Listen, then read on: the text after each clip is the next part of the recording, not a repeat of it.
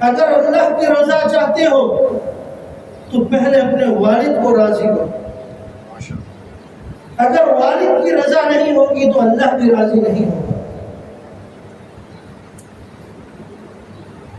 میں نے تمہاری ماؤں کے قدموں میں جنت رکھی ہے، ان ماؤں کی خدمت کرو گے تو تمہیں جنت ملے گی. اگر ان کی خدمت سے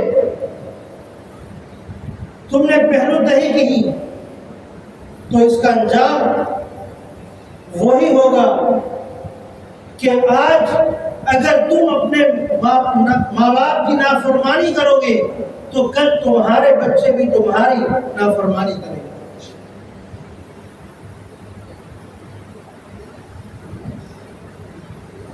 یہ تاریخ کا اور بزرگان دین کا ایک تجربہ رہا ہے.